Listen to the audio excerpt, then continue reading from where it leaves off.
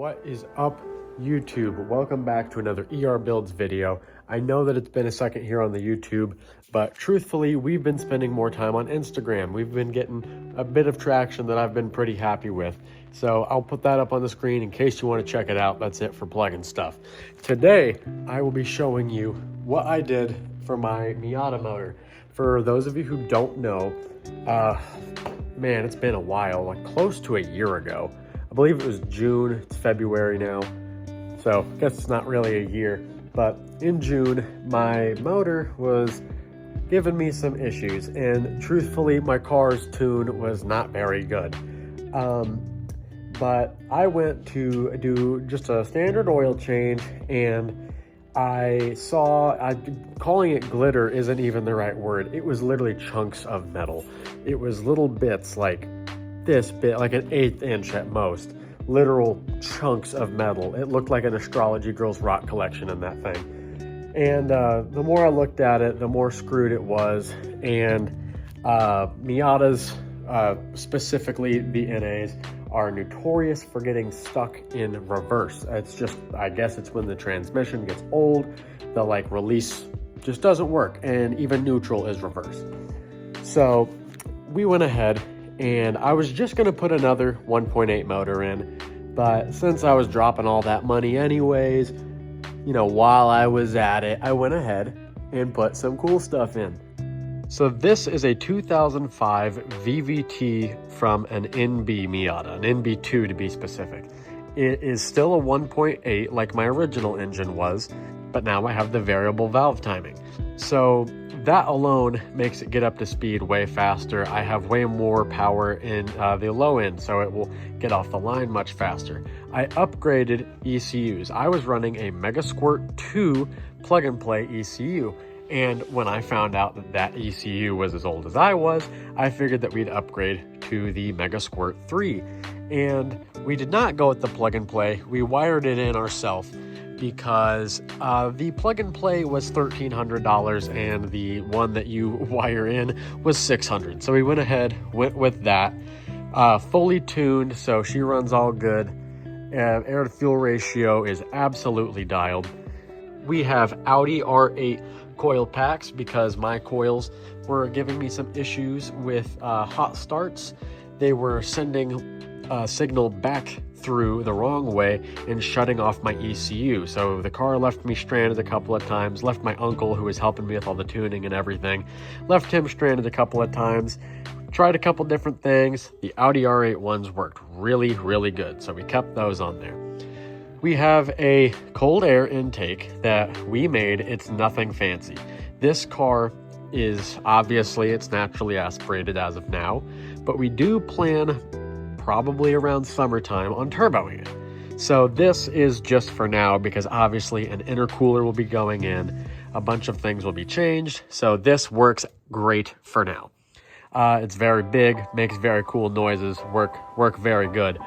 Over here, I wish I could show you more, so you'll just have to take my word, but we needed a higher CC of fuel injectors, so we went ahead and put Shelby GT500 fuel injectors in. They are almost plug and play. There is a different fuel rail that you can get to make it just plug and play, but the entire setup was much more. It was like $500 or $600. So again, unfortunately I can't show you, but we lathed it down. The actual fuel rail, we lathed it down just a hair, and it made it where those fuel injectors went right in there. So now we are comfortably running Shelby GT500 fuel injectors. We have also converted the car to flex fuel. So beforehand, I always ran this off of 87. I know people who only run it off of 91. I can't tell you if this car actually even likes 91 on the base tune, because I never had the OEM computer. So we have it tuned for 91 and E85. And I tend to run more E85, truthfully, because it's cheaper, but also we spent more time on that tune. I just like the way that it feels a little bit better. Runs good on 91, but something feels right about E85. So yeah, we're running on corn gas now. And For those of you who haven't seen this before, this is an aluminum racing radiator, and before anyone says anything, yes, it is absolutely massive. It is probably double the size that we need it to be. And also, while we were messing with all this, tuning, wiring, and everything, we realized the guy before me who did the AC delete, because as you can see, I have no AC, no power steering, none of that stuff. He took out the wrong fan. This is the AC fan. The radiator fan was supposed to go here. And when we looked up how much those fans were, you know, between $150 to $200, we didn't want to do all that. So my uncle rewired the AC fan to be the radiator fan. So basically the whole time I was air cooled until my uncle figured that out, and I'm very glad that he did. Also, while we were at it, we went ahead and got basically everything new. There are very few OEM parts left on this. So everything here should be in working order, and I will be making an entire build video when it's completely done. But to give you a little bit sneak peek, obviously I have a new front bumper, and although my car is very mismatched right now, it will be wrapped in Tiny Bot laser flip gloss purple. So this is the first panel that we have wrapped, giving you a little sneak peek on what the car is going to be. So that should make everything look a lot better and less mismatched, because right now my car is the color scheme of a pack of Marlboro Black Red Hundreds. This bumper, it was a little expensive, but I'm very, very happy with the way that it looks. It is the Racing Beat Type 2, I believe, front bumper. They're located in California. Came very fast for what the size of it was. Shipping was a bit much, but it is very, very durable. I'm very happy with it. And I don't know if you can see it, but since this is a drift car, we are now running a bash bar. I got this bash bar from Drift HQ. Haven't hit anything yet, but I've heard good things about it. Bolts right onto where the old bumper did. And we also now have matching good bucket seats. I don't know if anyone's ever noticed my bucket seats before, but they, well, I guess I only had one.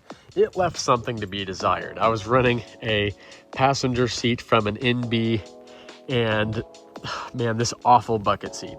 So now we got these good guys. Actually, we have an actual harness. I don't have to seat belt in anymore.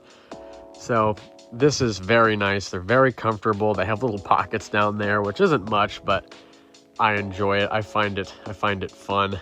And the car is now very, very much better. Runs great. It's fast. I have made Bradley a tad bit jealous because I was always a tiny bit faster than him since I have 200 more cc's than him, but now it's not even really a competition. Now, let's go see her in action.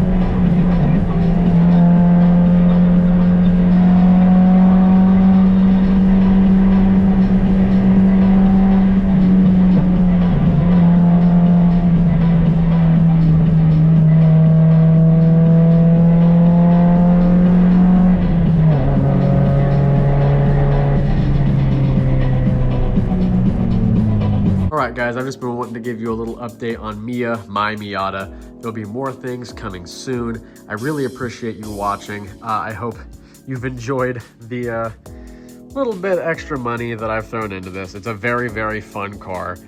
And yeah, it was a very fun experience that I probably won't ever forget doing this with my uncle. It was very, very fun. And yeah, hopefully I can catch you guys in the next one. So see ya, everybody.